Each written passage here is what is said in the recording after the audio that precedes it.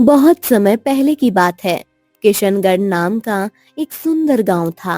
गांव के सभी लोग मिलजुल कर और हंसी खुशी रहा करते थे।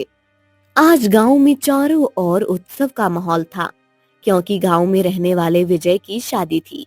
विजय और उसकी माँ दोनों ही बहुत खुश थे, क्योंकि विजय की शादी पास के गांव में रहने वाली एक बहुत ही सुंदर लड़की शांति से हुई थी। शांति बहुत गुणी और सुंदर थी। हर बेटे की माँ का सपना होता है कि एक दिन उसके घर में एक बहुत ही सुंदर बहू आए, और आज मेरा वो सपना पूरा हो चुका है। मेरी बहू इतनी सुंदर है कि इस गांव में कोई भी उसका मुकाबला नहीं कर सकता। मैं पड़ोसियों को बहू की मुंह दिखाई के लिए बुलाने जा रही हूँ। हाँ माँ, तुम सही कह रही हो। शांति तो बहुत सुंदर है, लेकिन मेरा मन कभी कभी घबराता है, कहीं कुछ गड़बड़ ना हो जाए। तुम तो इस गांव की कहानी को अच्छी तरह से जानती हो। बस बस, ऐसे शुभ मौके पर ऐसी अशुभ बातें मत करो। मैं पड़ोसियों को बुलाने जा रही हूँ। थोड़ी ही देर में मुंह दिखाई का कार्यक्रम शुरू होगा। घर की सजावट कर लो, और ध्यान रहे, मेरे आने से पहले बहू का चेहरा किसी को मत दिखाना। इतना कहकर विजय की माँ पड़ोस में औरतों को बुलाने चली गई, ताकि उसकी बहू की मुंह दिखाई का कार्यक्रम शुरू हो सके। विजय शांति के पास बैठा हुआ था। तभी दरवाजे पर एक बुढ़ी स्त्री आई। अरे अरे, दरवाजा खोलो, मुझे भी दुल्हन देखना है। विजय बेटा, विजय बेटा, तनिक दरवाजा तो खोलो। लगता है दरवाजे पर कोई आया हुआ है। आप जाकर देख लीजिए कौन है, और उन्हें अंदर बुला लीजिए, नहीं तो माँ जी नाराज होंगी। ठीक है, मैं जाता हूँ और उन्हें घर के अंदर बुला कर लाता हूँ। लेकिन तुम अपना चेहरा ठीक से ढक लो। माँ ने कहा है कि जब तक वो आती नहीं, तब तक तुम अपना चेहरा किसी को मत दिखाना।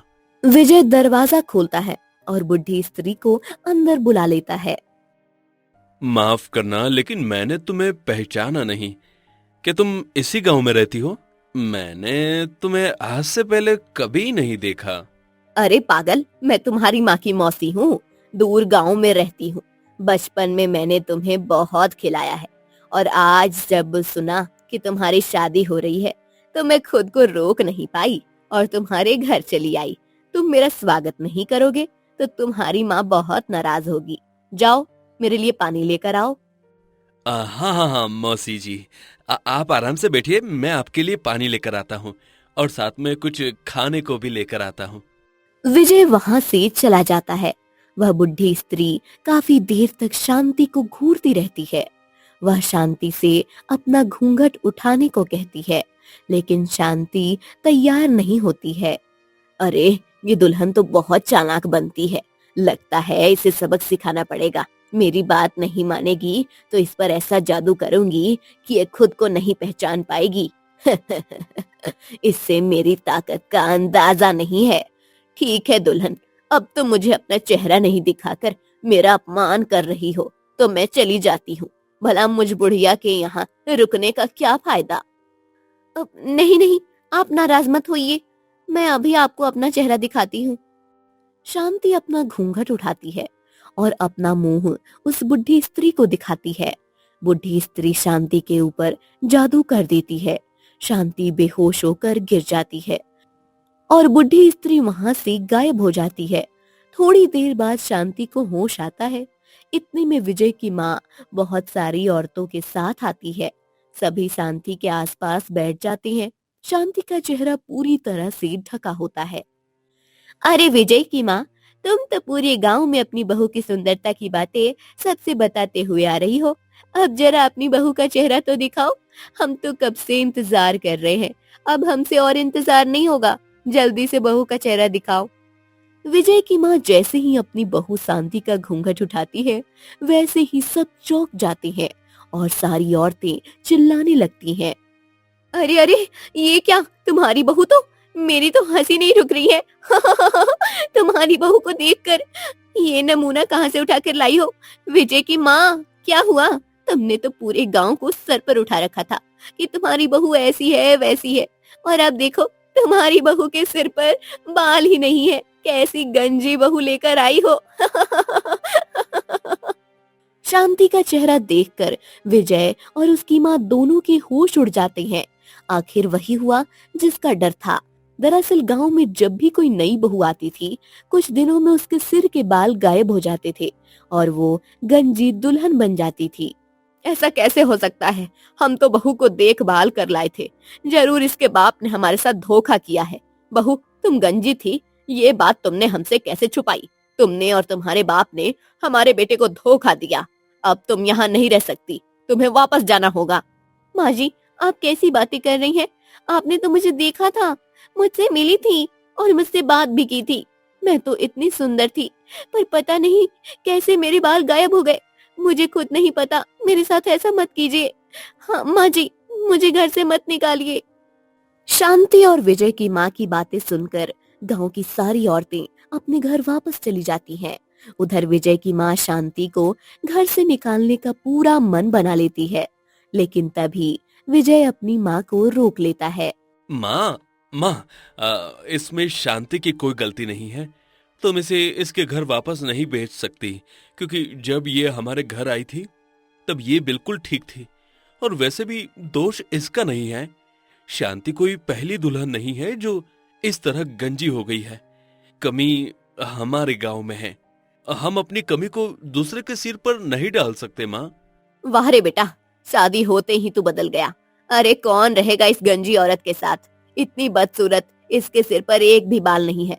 पूरे गांव में तेरी हंसी उड़ेगी, सब तेरा मजाक उड़ाएंगे। मैं तो कहती हूँ इसे इसके घर वापस भेज दे। विजय अपनी माँ की बात नहीं मानता है और वो शांति का समर्थन करता है। उसे कोई फर्क नहीं पड़ता कि शांति के सिर पर बाल नहीं है।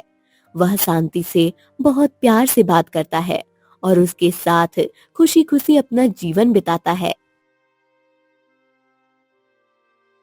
सुनिए जी, आपको बुरा नहीं लगता क्या? मेरे सिर पर एक भी बाल नहीं है, फिर भी आपने मुझे स्वीकार किया। कहीं इसके पीछे आपकी कोई मजबूरी तो नहीं? क्योंकि मुझे पता चला है इस गांव में जो भी दुल्हन आती है, थोड़ी ही दिनों में उसके बाल खत्म हो जाते हैं और फिर उसे अपने घर वापस जाना पड़ता है। पर आपने मुझे क्यों नहीं जाने दिया? देखो शांति, मुझे इससे कोई फर्क नहीं पड़ता कि तुम कैसी दिखती हो। मैंने तो बस तुम्हारे स्वभाव को देखकर तुम्हें पसंद किया था। और वैसे भी पति पत्नी का धर्म एक दूसरे का साथ देना होता है, ना कि मुसीबत में एक दूसरे का साथ छोड़ देना। हाँ, ये सच है कि इस गांव में जो भी स्त्री आती है पर थोड़े ही दिनों में गंजी हो जाती है, पर हम इसका कुछ नहीं कर सकते। मुझे लगता है इसके पीछे कोई बहुत बड़ा रहस्य है। हमें इस बारे में पता लगाना चाहिए कि आखिर ऐसा क्यों होता है। हम गांव के बड़े बुजुर्गों से इस बारे में पूछते हैं, शायद कोई जानकारी मिल जाए और इस समस्या का हल निकल जाए। तुम ठीक कहती हो। मैं आज ही मुखिया जी के पास जाऊंगा और उनसे पूछूंगा कि आखिर इस तरह की घटना कब से शुरू हुई। क्यों इस गांव में आने वाली सारी दुल्हन बिना बालों के ही हो जाती। विजय घर से निकलता है, तभी वह देखता है कि मुखिया जी अपने बेटे को लेकर कहीं जा रहे होते हैं। उनका बेटा भी सामान लिए हुए उनके साथ साथ चल रहा होता है। अरे जल्दी चल बेटा, जल्दी चल। अगर तू इस गांव में रहा तो तेरा घर कभी नहीं बसेगा, इसलिए मैं तुझे शहर भेज रहा हूँ। अब तू लौट कर मत आना, वहीं पर रहना, है ना? हाँ, और वहीं पर तेरी शादी हो जाएगी। तुझे इस गांव से दूर जाना होगा बेटा। मुखिया जी अपने लड़के को हमेशा के लिए शहर क्यों भेज रहे हैं? हैं? उनका तो एक लौता बेटा है। भला इसे शहर भेजने के पीछे इनका क्या कारण हो सकता है? मुझे मुखिया जी से बात करनी चाहिए। अरे मुखिया जी, इतनी जल्दी जल्दी में आप कहाँ जा रहे हैं? कुछ नहीं, बस अपने बेटे को शहर की ओर भेज रहा हूँ। तुम तो जानते हो इस गांव में किसी भी दुल्हन का आना और उसके बाद उनके साथ जो घटना होती है उसका जवाब आज तक नहीं मिल पाया है। इसलिए मैं अपने बेटे को शहर भेज रहा हूं ताकि इसका घर बस सके। मुखिया जी, लेकिन गांव छोड़कर जाने का क्या मतलब है? क्या हम सब मिलकर इस समस्या का समाधान नहीं ढूंढ सकते? मैं आपसे यही जानने आया हूं कि आखिर इस तरह की घटना गांव में क्यों होती है, इसके पीछे क्या कारण है? अरे ये सब मैं तुम्हें नहीं बता सकता। हमारा रास्ता छोड़ो और मुझे जाने दो। ये बहुत बड़ा रहस्य है। जो भी इस रहस्य को जानने और बताने का प्रयास करता है उसके साथ बहुत बड़ा हादसा होता है। इसलिए मुझे फिर से इस बारे में कुछ मत पूछना, है ना? मुखिया हड़बड़ाते हुए विजय को बिना कुछ सच बताए जल्दी जल्दी अपने बेटे को लेकर वहां से चला जाता है। विजय समझ चुका था कि गांव के लोग उसे इस रहस्य के बारे में कुछ नहीं बताएंगे। इसलिए विजय और शांति फैसला करते हैं कि वो गांव के एक प्रसिद्ध साधु महात्मा के पास जाएंगे और उनसे रहस्य जानने का प्रयास करेंगे। शांति, मैंने बहुत प्रयास किया लेकिन इस गांव में कोई भी मुझे रहस्य नहीं बताता है कि आखिरकार गांव में आने वाली दुल्हन गंजी क्यों हो जाती है। अरे हमारे पास केवल एक ही रास्ता है। हमें गांव के प्रसिद्ध साधु महात्मा के पास चलना चाहिए। वो शायद वही हमें कुछ रास्ता बता सकते हैं। शांति और विजय दोनों गांव के प्रसिद्ध साधु के पास पहुंचते हैं। साधु ध्यान मग्न होकर आराम से पेड़ के नीचे बैठे होते हैं। प्रणाम साधु महात्मा, हम दोनों बहुत परेशान हैं। अब आप ही हमें कोई रास्ता बता सकते हैं क्योंकि हमारे लिए अब सारे रास्ते बंद हो चुके हैं। गांव का कोई भी व्यक्ति हमारी मदद करने के लिए तैयार नहीं है महाराज। बेटा, जब गांव के लोग तुम्हारी मदद नहीं कर रहे हैं तो भला मैं तुम्हारी मदद क्या करूंगा? देखो, अगर तुम मुझसे कुछ मांगने आए हो तो मेरे पास तुम्हें देने को कुछ भी नहीं है, इसलिए यहां से चले जाओ। नहीं नहीं बाबा जी, हम आपसे कुछ मांगने नहीं आए हैं। हम तो बस आपसे एक रहस्य पूछने आए हैं। बस आप हमें उस रहस्य के बारे में बताइए जिसके बारे में इस गांव का कोई भी व्यक्ति बात नहीं करना चाहता। तुम कौन से रहस्य की बात कर रहे हो? मैं कुछ समझा नहीं। खुलकर बताओ क्या बात है और ऐसा कौन सा रहस्य है जिसके बारे में तुम्हारा जानना इतना आवश्यक है? साधु महात्मा जी, इस गांव में कोई नई दुल्हन शादी करके आती है तो वो तुरंत ही गंजी हो जाती है। आखिर ऐसा क्या होता है? मैं भी एक सुंदर दुल्हन लेकर आया था लेकिन आप देख सकते हैं कि इसके सिर पर एक भी बाल नहीं बचे हैं। गांव की बहुत सारी लड़कियों का जीवन इस कारण खत्म हो रहा है महाराज। अच्छा, तो ये बात है। तुम दोनों इस घटना का रहस्य जानना चाहते हो। ठीक है, मैं तुम्हें इस घटना का रहस्य बताता हूं कि आखिरकार दुल्हनों के साथ ऐसा क्यों होता है। लेकिन उससे पहले तुम्हें मेरी ये कहानी सुननी होगी। बोलो, क्या तुम लोग मेरी कहानी सुनने के लिए तैयार हो? हाँ साधु महात्मा, हम जानना चाहते हैं कि आखिर गांव में आने वाली सभी नई दुल्हन गंजी क्यों हो जाती है। ठीक है, तो फिर सुनो। ये कहानी आज से कुछ वर्ष पहले की है।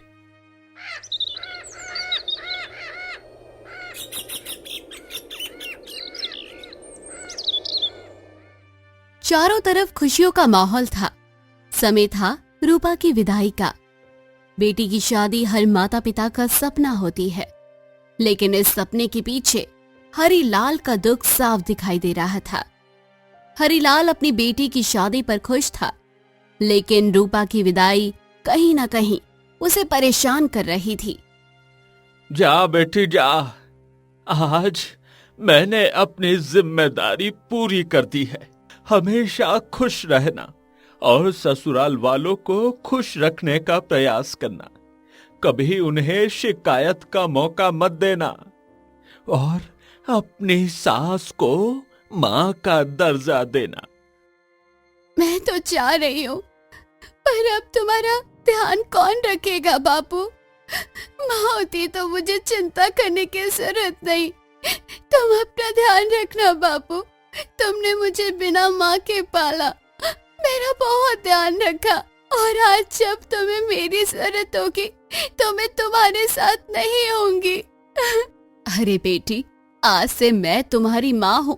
तुम बिल्कुल चिंता मत करो। तुम्हारे बापू का ध्यान भी हम सब मिलकर रख लेंगे। तुम इतनी सुंदर और गुणी हो, मैंने तो तुम्हें देखते ही सोच लिया था कि तुम ही मेरी बहू बनोगी। इस तरह से रूपा की विदाई हो जाती है। वो अपने ससुराल वालों के साथ अपने घर आ जाती है। ससुराल में सभी उससे बहुत प्रेम करते हैं। वो मन लगाकर ससुराल वालों की सेवा करती है। लेकिन कुछ दिनों के बाद एक घटना घटती है। अरे ये क्या, मेरे बाल इतने सुंदर हुआ करते थे लेकिन ये अचानक गिरने लगे हैं। मुझे जिस बात का डर था वही हुआ। हे ईश्वर, अब मेरा क्या होगा? एक काम करती हूँ, अपना सर ढक लेती हूँ।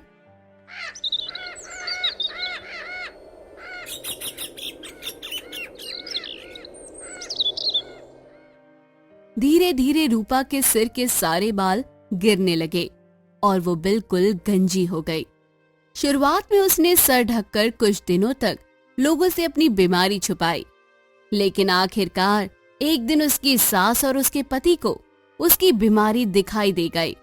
अरे माँ, अरे ये तुम कैसी बीमार लड़की मेरे लिए लेकर आई हो? हैं? अभी इसे आए हुए कुछ दिन हुए हैं और इसके सिर के सारे बाल गिर गए हैं। हैं? अरे मैं इसके साथ नहीं रहूंगा। बस इसके माँ बाप को बुलाओ और इसे उसके घर भेज दो। अरे पागल हो गया है क्या? ये कैसी बातें कर रहा है? अरे मैंने वैद्य से बात की है, हम इसका इलाज कराएंगे, ये ठीक हो जाएगी। तू चिंता मत कर, सब मुझ पर छोड़ दे। रूपा मन ही मन अपनी स्थिति देखकर बहुत दुखी थी। उसकी सास ने उसे बहुत सारी जड़ी बूटियां लाकर दी। वो जड़ी बूटियां खाती थी लेकिन फिर भी कोई फायदा नहीं हुआ। उसके सिर के बाल वापस नहीं आए।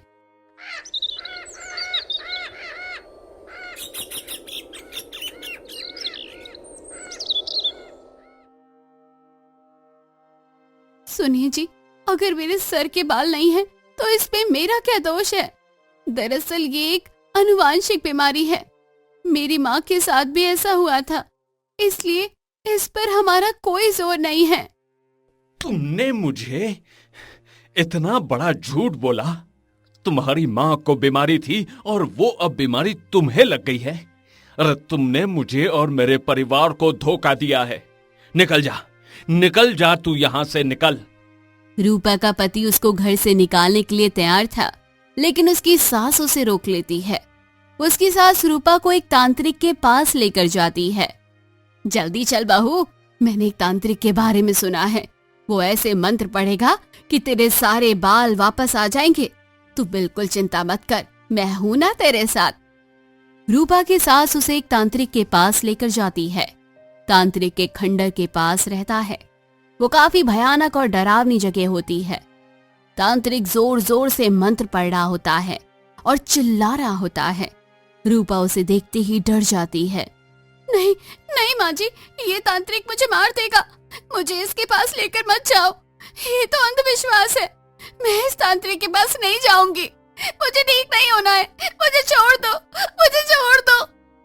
रूपा तांत्रिक से डरकर वहां से भागने लगती है। रास्ता काफी डरावना होता है और अंधेरा भी बहुत होता है, लेकिन रूपा बड़ी मुश्किल से अपनी जान बचाकर घर पहुंचती है।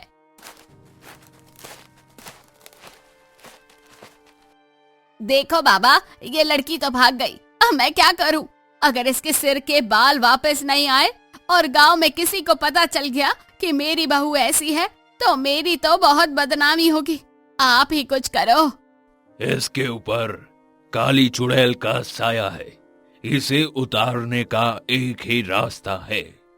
वो रास्ता मैं तुम्हें बताता हूं।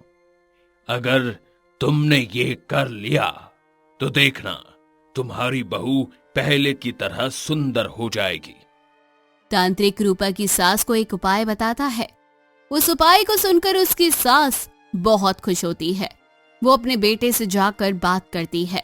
उसके बाद सभी रूपा को प्रेम करने लगते हैं।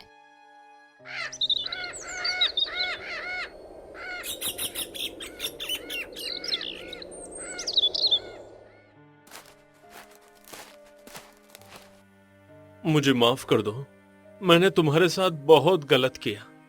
मैं भूल गया था कि असली सुंदरता तो मन की सुंदरता होती है। तुम्हारे बाल नहीं तो क्या हुआ, तुम मेरी पत्नी हो। मैं तुम्हें हमेशा प्रेम करूंगा। रूपा ये सब कुछ देखकर खुश थी कि आखिरकार उसकी सास और उसके पति ने उसे स्वीकार कर लिया है। एक दिन रूपा की सास जंगल की ओर जाती है। बहू, मैं जंगल में लकड़ियां बिनने जा रही हूँ, जल्दी लौट आऊंगी तो आराम से खाना खा लेना और घर के सारे काम कर लेना। रूपा की सास जंगल में लकड़ियां बिनने चली जाती है और काफी देर हो जाती है। अंधेरा हो जाता है। वो घर वापस नहीं आती।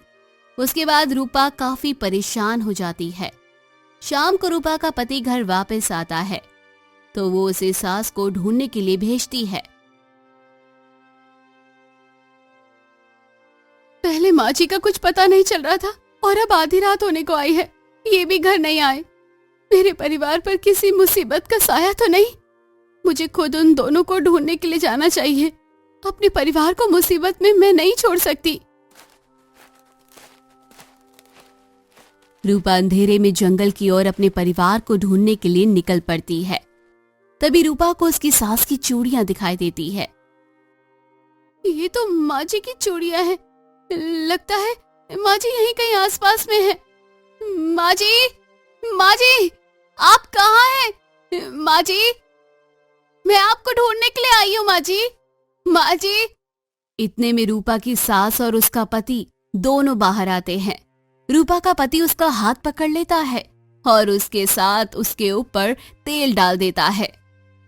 आज इसके ऊपर से काली चुड़ैल का साया हटा कर रहेंगे, देखना उसके सारे बाल वापस आ जाएंगे और अगर नहीं आए तो कम से कम इस गंजीर से पीछा तो छूटेगा।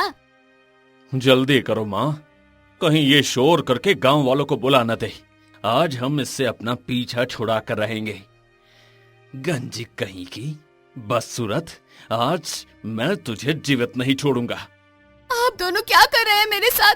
ऐसा मत कीजिए। आपने तो कहा था कि मैं जैसी हूँ, आपने मुझे स्वीकार कर लिया है, फिर ये सब कुछ क्या है? और अपने घर वापस चले जाते हैं। गांव में सबसे कह देते हैं कि रूपा किसी के साथ चली गई। अरे भाई, तुम्हारे साथ तो धोखा हुआ है। अरे तुम्हारी पत्नी किसी और के साथ भाग गई। गांव में तुम्हारी बहुत बदनामी हुई है। ये औरतें धोखेबाज होती है भाई। रूपा का पति रोने का नाटक करता है। गांव में सब उसे सहानुभूति देते हैं और सबको लगता है कि रूपा सचमुच किसी के साथ भाग गई है। उधर मृत्यु के बाद रूपा की आत्मा एक चुड़ैल बन जाती है और भटकने लगती है। गांव में मेरे बारे में कैसी कैसी बातें हो रही हैं। मेरे पति और मेरी सास का रहस्य किसी को नहीं पता कि उन्होंने मुझे जान से मार दिया। अब मैं एक आत्मा हूँ और मैं अपना सच किसी को नहीं बता सकती। लेकिन अब मैं इस गांव में किसी की दुल्हन को चैन से नहीं रहने दूंगी, क्योंकि गांव के लोग दोषी हैं।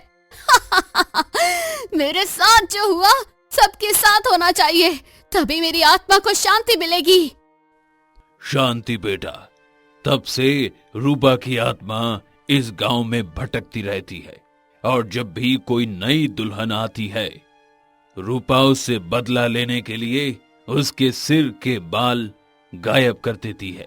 बड़े बड़े तांत्रिक भी उसके रूप को कैद नहीं कर पाए, क्योंकि वो बहुत शक्तिशाली बन चुकी है।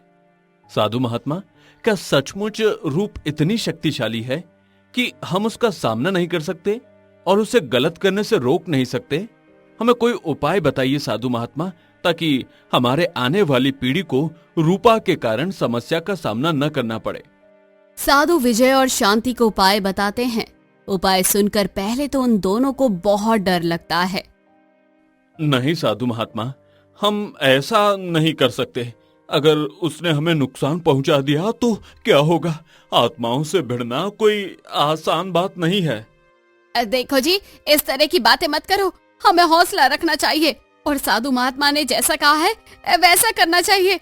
इससे सब ठीक हो जाएगा। शांति विजय को समझाती है। उसके बाद शांति और विजय दोनों अपने घर आ जाते हैं।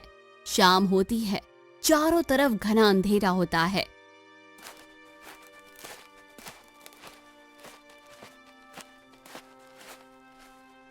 अब समय आ गया है, हमें वैसा ही करना चाहिए जैसा कि साधु महात्मा ने हमें बताया था।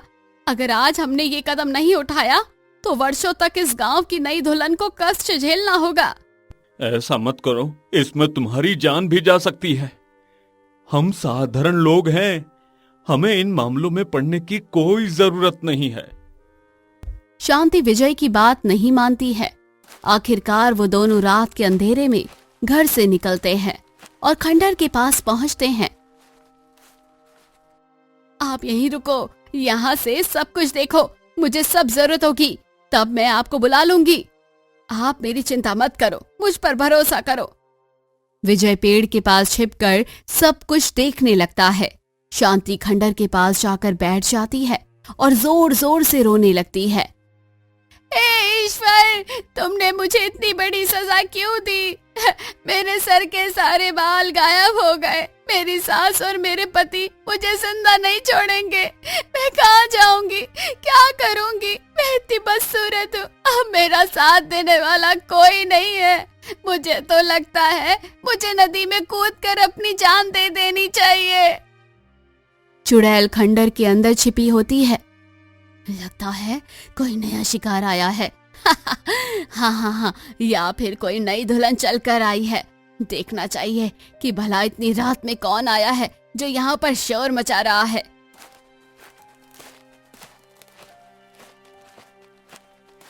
चुड़ैल शांति के पास आकर देखती है तो शांति रो रही होती है। चुड़ैल शांति के कंधे पर हाथ रखती है। चुड़ैल का चेहरा देखते ही शांति डर जाती है, लेकिन वो संभलते हुए शांत बैठ जाती है।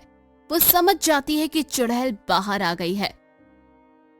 तुम कौन हो? क्या तुम भी मेरी तरह एक सताई हुई स्त्री हो? मैं गंजी हूँ, इसलिए मेरे ससुराल वाले मुझे मारना चाहते हैं, मुझे अपने घर में नहीं रखना चाहते। लेकिन तुम इतनी रात को यहाँ पर क्या कर रही हो? क्या कहा? तुम्हारे ससुराल वाले तुम्हें घर से निकाल रहे हैं और तुम्हें मारना चाहते हैं? हाँ, क्योंकि मेरे सर में बाल नहीं है। मैं ही नहीं, गांव की बहुत सी ऐसी स्त्रियां हैं जिनके साथ ऐसा हो चुका है। उन्हें उनके घर वापस भेज दिया जाता है क्योंकि उनके सिर पर बाल नहीं होते हैं और वो सुंदर नहीं लगती। मेरी कहानी भी कुछ ऐसी है। वर्षों पहले मुझे भी इसलिए कष्ट दिया गया क्योंकि मेरे सर के बाल नहीं थे। अच्छा, फिर क्या हुआ तुम्हारे साथ? तुमने क्या किया? फिर उन्होंने इसी जगह पर मुझे आग लगा दी, इसी जगह पर। हाँ, और अब मैं गांव में किसी भी दुल्हन को चैन से नहीं रहने देती हूँ। मैं उनकी जिंदगी में आग लगाती हूँ। हाँ, मैं चुड़ैल हूँ, अब मैं तुम्हें नहीं छोड़ूंगी। तुम्हें इस तरह आग लगाऊंगी जैसे मेरे ससुराल वालों ने मुझे लगाया था। इतना सुनकर शांति के होश उड़ जाते हैं। अब उसे कोई रास्ता नजर नहीं आता, लेकिन फिर भी वो धैर्य से काम लेती है। मैं जानती हूँ तुम्हारे साथ बहुत बुरा हुआ, पर इसका अर्थ ये नहीं कि तुम दूसरों के साथ भी बुरा करोगी। तुम तो इतनी सुंदर हो और इतनी अच्छी हो, तुम किसी का बुरा नहीं कर सकती। क्या कहा? मैं और सुंदर? अरे मैं तुम्हें कहाँ से सुंदर लगती हूँ? इसी सुंदरता और बालों के कारण मेरी जान चली गई और आज तुम मुझे अपनी बातों में फंसा रही हो ताकि मैं तुम्हें छोड़ दूं। मैं तुम्हें नहीं छोड़ूंगी।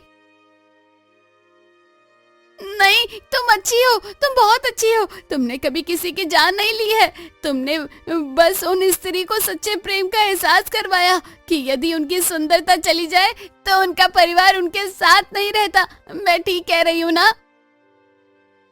मैंने तो ये सब कुछ बदला लेने के लिए किया था। मैं नहीं चाहती थी कि इस गांव में कोई नई दुल्हन आकर बसे। इस गांव के लोग बहुत धूर्त हैं, वो अपनी बहू को आग लगा देते हैं। तुम एक चुड़ैल होकर भी सबके विषय में सोचती हो। तुम एक सच्ची आत्मा हो। मुझे तुमसे कोई शिकायत नहीं है कि तुमने मेरे सर के बाल क्यों ले लिए। आज तुमसे मिलकर ऐसा लग रहा है कि जैसे मैं किसी अच्छी आत्मा से मिली हूँ। शांति चुड़ैल की इतनी तारीफ करती है और उसे समझाती है। चुड़ैल का मन पिघल जाता है, उसे अपनी गलतियों का एहसास हो जाता है। मैंने सब कुछ गलत किया। एक आत्मा होकर मैं अपनी शक्तियों का गलत प्रयोग कर रही थी। मुझे क्षमा कर दो और मुक्त करो। अब मैं यहाँ नहीं रहना चाहती। क्या तुम मेरी आत्मा को मुक्त करोगी? बताओ। शांति साधु आत्मा के दिए हुए जल को चुड़ैल के ऊपर छिड़क देती है। चुड़ैल की आत्मा हमेशा हमेशा के लिए वहाँ से चली जाती है। शांति के सिर के बाल वापस आ जाते हैं और वो विजय के साथ हंसी खुशी रहने लगती है।